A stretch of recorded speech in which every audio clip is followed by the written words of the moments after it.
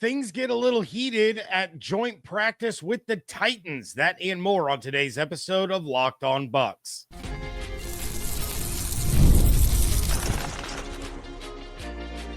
You are Locked On Buccaneers, your daily Tampa Bay Buccaneers podcast.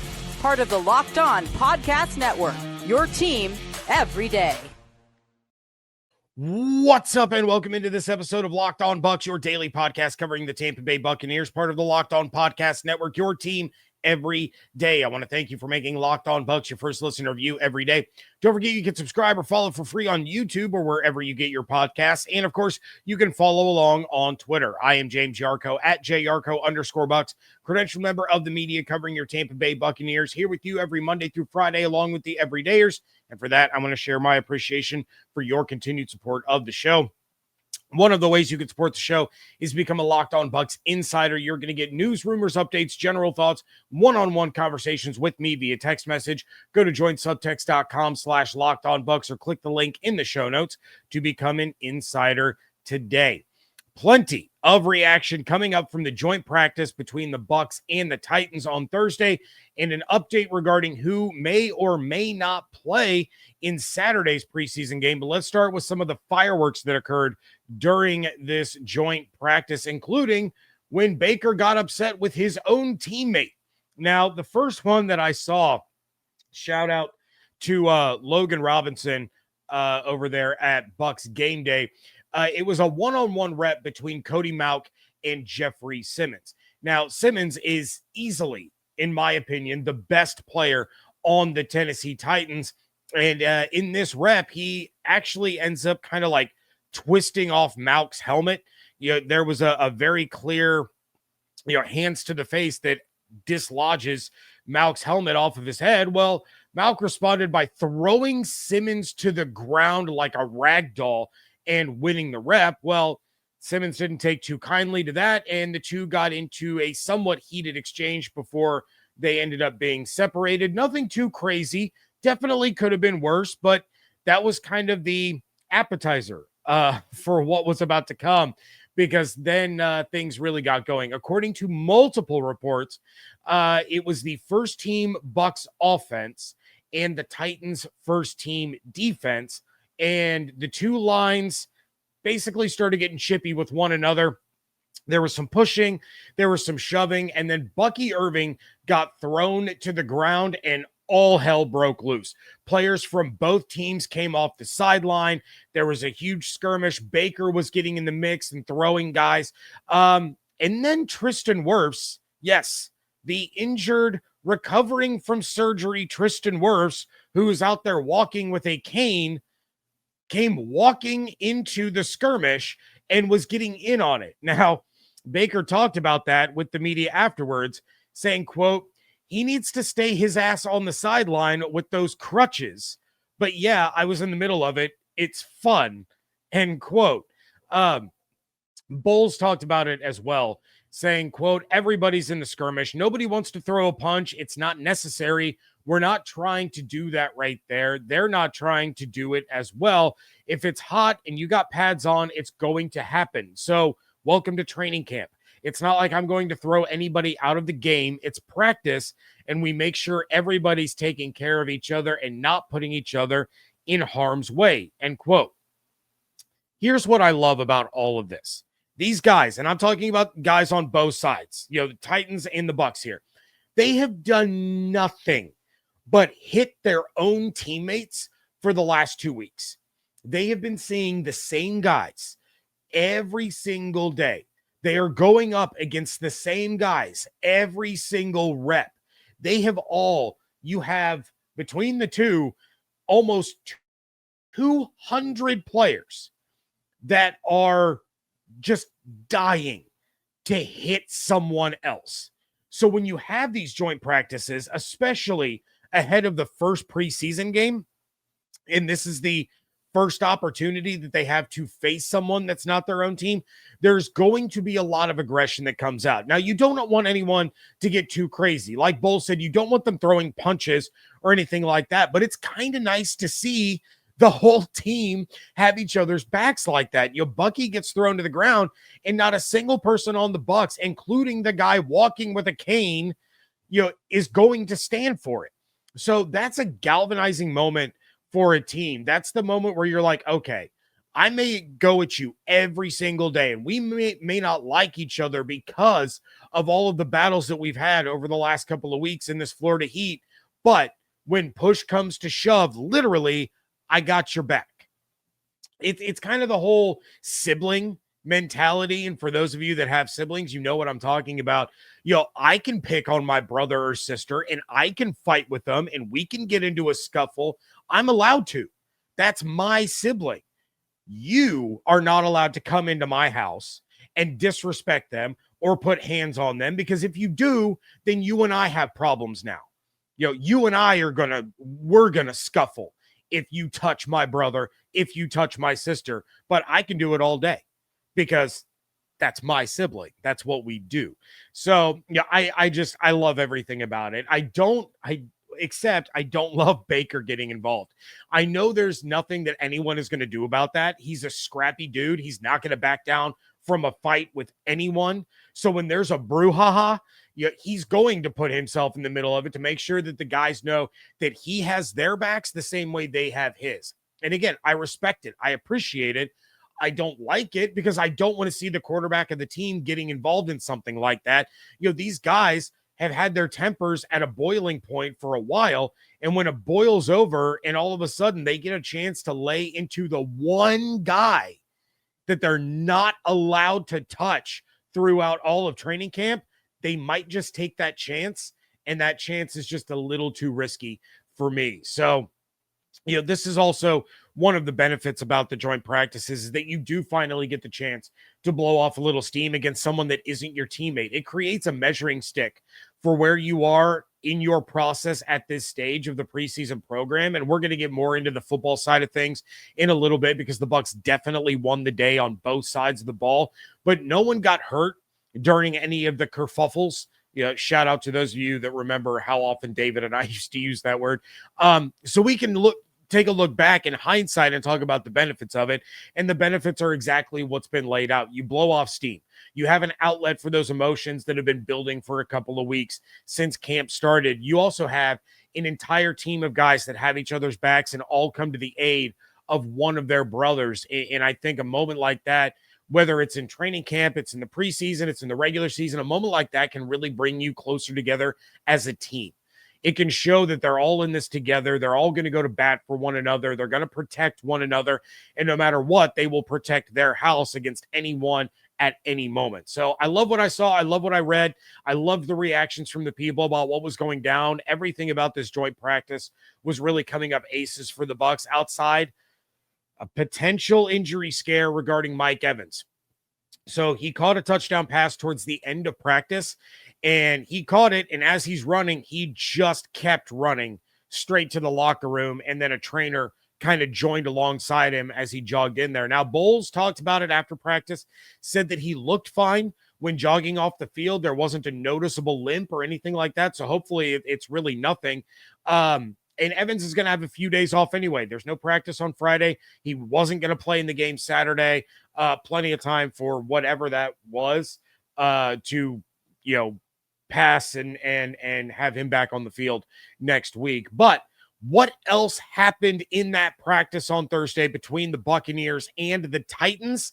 That is coming up next on today's episode of Locked On Bucs, part of the Locked On Podcast Network, your team every day. Sports are in full swing, and whether you're all about baseball under the lights, golf on the green, or high-stakes soccer action, FanDuel is the best way to make every game even more exciting. You're already following the action, so why not make it a little more thrilling? With FanDuel, you can get in on the game while your friends are getting sunburned at the beach. FanDuel is super easy to use, and it's always where I go to place my parlays for just about every sport. But I also love futures bets and trying to predict champions across all of sports. Right now, the Buccaneers are plus 105 to win the NFC South, minus 144 to make the playoffs, and plus 2,900 to win the Super Bowl. That's behind teams like the Bengals, Vikings, Packers, Niners, Commanders, and Rams. New to FanDuel, new customers can bet just $5 and get $150 in bonus bets if your first bet wins. Open the FanDuel app today or visit FanDuel.com to get started. Thank you again for making Locked On Bucs your first listen review every day. For your second listen, check out Locked On Bets. Betting experts Lee Sterling and Kevin Rogers have daily MLB locks and can't miss football futures. Find Locked On Bets on YouTube or wherever you get your podcasts. So the Buccaneers won both sides of the ball against the Titans on Thursday, starting with the defense where Reddick intercepted the very first pass thrown by Cam Ward in the 11-on-11's 2-minute drill. That caused a huge reaction from the fans that were in attendance as well as other Buccaneers on the field. If I remember correctly, I read through a lot of stuff, but I'm pretty sure the Bucs celebrated that by Reddick punting the ball and Vita Vea dancing, but it went well beyond that. Emeka Egbuka cooked pretty much every Titans defender that he faced. Bucky put guys on skates on multiple occasions. Evans was winning his one-on-ones. Basically, the Bucs receivers won their one-on-ones against the Titans corners, while the Titans receivers against the Bucs corners was a little more 50-50. They won some, but then the Bucs won some as well. My buddy, who's a big Titans fan, he sends me this video of Calvin Ridley absolutely just cooking a Bucs corner in these one-on-one drills. But then I looked, and the corner was undrafted rookie Roman Perotti out of Ohio University, not Ohio State, Ohio University, the Bobcats in Athens. So that's exactly how that rep should have gone. But then you had one-on-ones in the trenches. It was kind of more of the same. Yahya Diaby, Calijah, Cancey, they were dominating their reps. I already mentioned what happened with Malcolm Simmons that led to the first of the kerfuffles. But all in all, the one-on-one drills were a big win for the Bucs overall. On the flip side, according to my buddy Bailey Adams over there at Pewter Report, the 7-on-7s, not really the same story. So Cam Ward was able to move the ball pretty efficiently and pretty easily against the Bucs defense during that 7-on-7 stretch. He was just picking them apart. Guys were having a really easy time getting open, so Cam Ward was having a really easy time completing passes.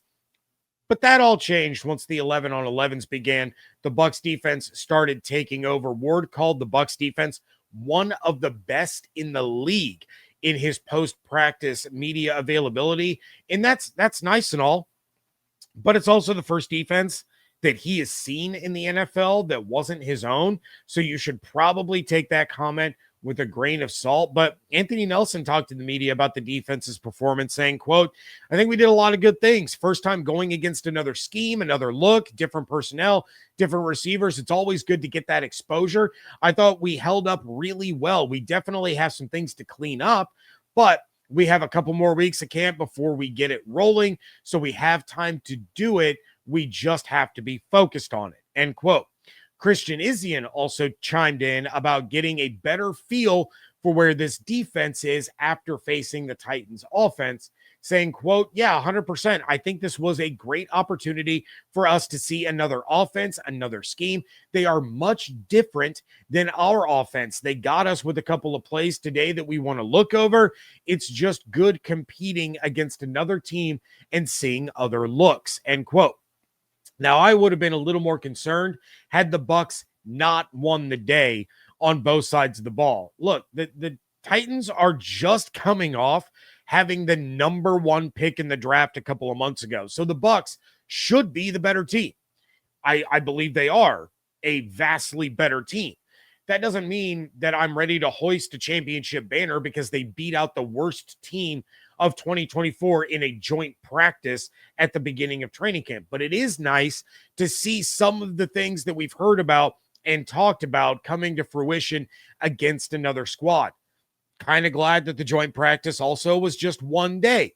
With, as intense as things got in day one, I would think that a day two could cause some serious trouble. But when you take a look at how the Bucs are as a team, when you take a look at the way they are projected to be this season versus where the Titans are projected to be, this practice went exactly the way that I think both teams really expected it to go. The Bucs, top to bottom, are far more talented than the Titans. The Titans are able to use this as kind of a measuring stick and a, judge where they are in the development of a lot of their young players. Who knows how Cam Ward is going to turn out? I didn't have a lot of faith in him. I didn't think this was a great quarterback class, but he's been thrown into the fire. He's been thrown into the deep end. And so getting this experience for him before the first preseason game, I think was great for the Titans and where they can kind of gauge his development, because he's not going to, we're going to get into more in a little bit, but he's not going to be going up against the same guys on Saturday that he had to go up against on Thursday. So I think that's a really important distinction. But as things have been through much of camp, Emeka Egbuka was the standout player in practice on Thursday. Baker talked about him because Baker loves to talk about him, saying, quote, just any experience for those guys to see it against a different scheme, different guys. You get used to how certain defensive backs are going to cover you in camp. And so for him to be able to work some of that stuff is a vital experience. But yeah, we trust him. The other thing to remember is these teams are not game planning for one another. So you are having to read and react in real time because there's no true game plan for a joint practice. You are having to adjust on the fly in order to win these reps. And I think the Bucs did a really, really good job of that. Bucky Irving made a few highlight-worthy plays. I mentioned Reddick's interception. You had a really impressive interception by undrafted rookie J.J. Roberts. Bowles appeared to be happy about things overall. Definitely seemed pleased offensively, though there's some things he would like cleaned up on that side, saying, quote, I'll look at the tape overall to see we've executed some things and some things we need to work on. We saw another defense and they shifted us to some things that we got to adjust on, and we'll get better from that. But overall, the effort was there. This practice should really get fans excited about some of these guys that we've talked about quite a bit throughout the offseason. Obviously Emeka Egbuka, Bucky Irving, Haason, Reddick, Calijah, Cancey, they all had tremendous days on Thursday. And so you're going to be sitting there going, I cannot wait to see them take the field and play. And that's not going to happen this weekend. Who is going to play and who isn't? That is coming up next on today's episode of Locked On Bucs. Episode is presented by Yahoo Fantasy. It's the best time of the year. NFL kickoff is almost here, and that means fantasy football season is back in full swing. This year, Yahoo Fantasy is turning things up with a fantasy football experience like never before. This year, I am playing on Yahoo Fantasy, and you should too, whether you're a first-timer or a veteran making your millionth league. To celebrate 28 years of fantasy football greatness, Yahoo Fantasy is dropping 28 big new features over 28 days throughout August. To kick it off, they just dropped Yahoo Fantasy Guillotine Leagues, a killer new way to play fantasy football on Yahoo, where the lowest scoring team gets eliminated each week until there's one team left standing. With the season around the corner, now is the time to get your league together and give this new mode a try. If you're more into the classics, you can still play head-to-head private leagues, or you can join a public league. Stay tuned for more killer announcements and start playing Yahoo Fantasy Football now at yahoofantasy.com/LockedOnNFL.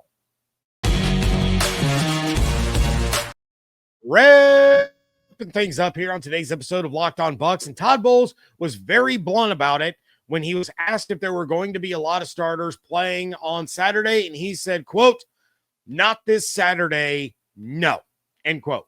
Like, that was it. He just flat up, no. I know I had Evan on yesterday, and he and I disagreed on whether or not we were going to see Emeka Egbuka on Saturday. I'm still leaning no. I do not think that he is going to take the field with essentially the second team offense in this game if he suits up. And of course, if he suits up, that means Evan is going to come on here and say, I was right, ha, ha, ha. you might see him for one drive, and that's going to be about it. And then, you also had Evan say that Trask was probably going to play most of the first half.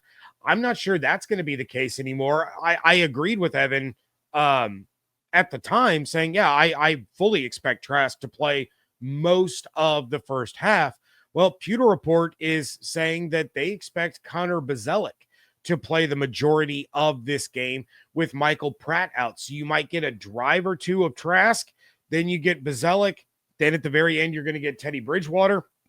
I am fairly confident that Charlie Heck is likely going to be the only offensive starter that you see take the field on Saturday night. They don't need anyone else out there.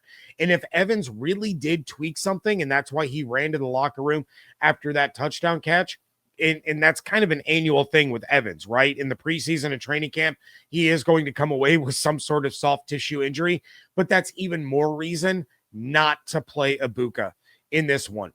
Baker said he doesn't need to play in the preseason, but that he loves football, so he wants to be out there. You had Bowles telling Kay Adams Wednesday that Baker is going to play in one of the preseason games. I think that's when you send Egbuka onto the field. Preferably the second preseason game against Pittsburgh so that you don't play many of your starters against Buffalo, who you will see later in the regular season, but you do not need Egbuka here against the Tennessee Titans. Defensively, there's not going to be any significant starters there. I don't think we are getting Benjamin Morrison.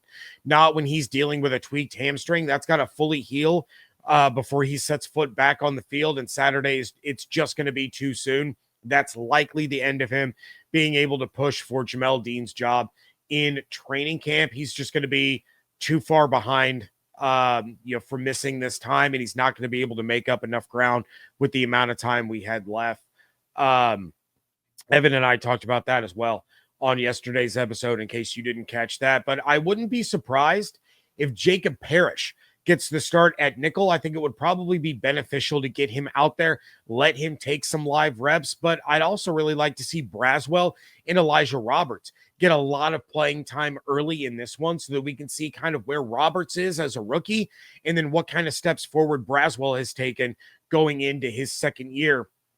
Other than Parrish, I don't think you're getting any other starters or potential starters on defense in this game. Vea, Cancey, Voss, Levante, Dean, McCollum, Antoine, Tyreek, Reddick, Yahya, they're all going to sit. They're all going to be in street clothes. You're not going to see any of those guys. Now, as for the Titans, you are going to see a lot of their starters. Head coach Brian Callahan told the media prior to the joint practice that minus a few veterans, he intends to play his starters on Saturday. Now, who those veterans are, I'm not really sure. I would guess that it's guys like Jeffrey Simmons, Tyler Lockett, Calvin Ridley, but it sounds like most of their starting lineup on both sides of the ball will be taking the field on Saturday. And that brings me back to my point from the other day about what to watch for. The score is irrelevant, so do not worry about it. But how are the Bucs 2s and 3s looking against these Titans starters? Who is winning their reps? Who is stepping up against these guys? That's going to be the most interesting part, especially early in this game, is knowing that the Titans are playing most of their starters, while the Bucs have put together two sides of the football that are a mixture of second and third string players. So the Titans theoretically should have a big advantage early in this game for Cam Ward in his first NFL action. It's preseason, but it is his first live NFL action. So how do the Bucs respond to, again, theoretically being outmatched by the lineups? I would say you don't expect a lot of exotic blitzes or anything like that. Bowles he's not going to open up the playbook for this one. It's going to be pretty standard vanilla offense. It's going to be a pretty standard vanilla defense. I'm not saying that they're not going to blitz at all, but it's not going to be anything like you would see in the regular season, anything like you're going to see against the Falcons in week 1. But are these corners, these second and third string guys, are they going toe-to-toe with the receivers? Are these backup linebackers, guys like Deion Jones, these other guys, are they keeping the run game in check? Is the pass rush getting home? Braswell, Watts, Ramirez, Elijah Roberts, Greg Gaines, those guys, are they getting home? These are the little things to keep an eye on, not the score. So don't lose your mind if the Titans waltz down the field and score an opening drive touchdown. That's not the end of the world. What you want to see in that situation is, how does the defense respond? How do those guys that just got walked all over, how do they bounce back on the next drive? Because chances are, if Cam Ward orchestrates an 8 or 9 play drive down the field to open the game and score a touchdown, Bowles is going to send every one of those defenders back on the field and say, don't let it happen again. You know, a lot of these guys are fighting for roster spots. So how do they respond when things don't go their way the first time around? That's going to be a really good way to see who's rising to the occasion and who isn't quite at the level that they need to be if they are going to truly compete for a spot on the 53-man roster. There are some guys that you're going to see that are already going to be on the 53-man. Braswell is not losing his job. Bryce Hall is not going to lose his job. Christian Izien, I'm trying to think, Payne Durham, Devin Culp. These guys are not losing their jobs, but there are those bubble players. There are the Kayvon Merriweathers, the Shiloh Sanderses, the Tyreek Funderburgs, the Garrett Greens, these guys that have opportunities with the other players out or other players hurt to step up and say, hey, I can play football too. I need a little bit more of an opportunity here. I'm going to show you, and then we're going to keep going into next week. So, yeah, don't freak out if Cam Ward marches right down the field and scores. It's not the end of the world. It's not a big deal. What you want to watch for then is how does the team respond? And then how does the second team offense look against the Titans starting defense?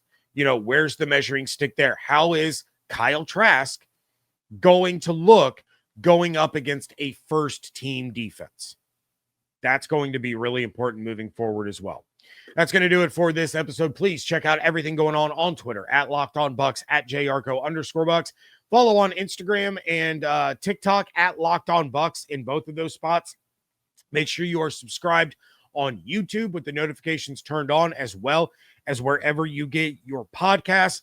Become a Locked On Bucs insider. Go to joinsubtext.com/LockedOnBucs or click the link in the show notes. If you want to support the show, but you don't want to be an insider, it's real easy. Like this episode on YouTube and leave a 5-star review wherever you get your podcasts. Those things do help other Buccaneers fans find the show. Hope you all have an absolutely outstanding day. Stay safe, stay healthy, fire the cannons. I want to thank you so much for joining me right here on Locked On Bucs, part of the Locked On Podcast Network, your team every day.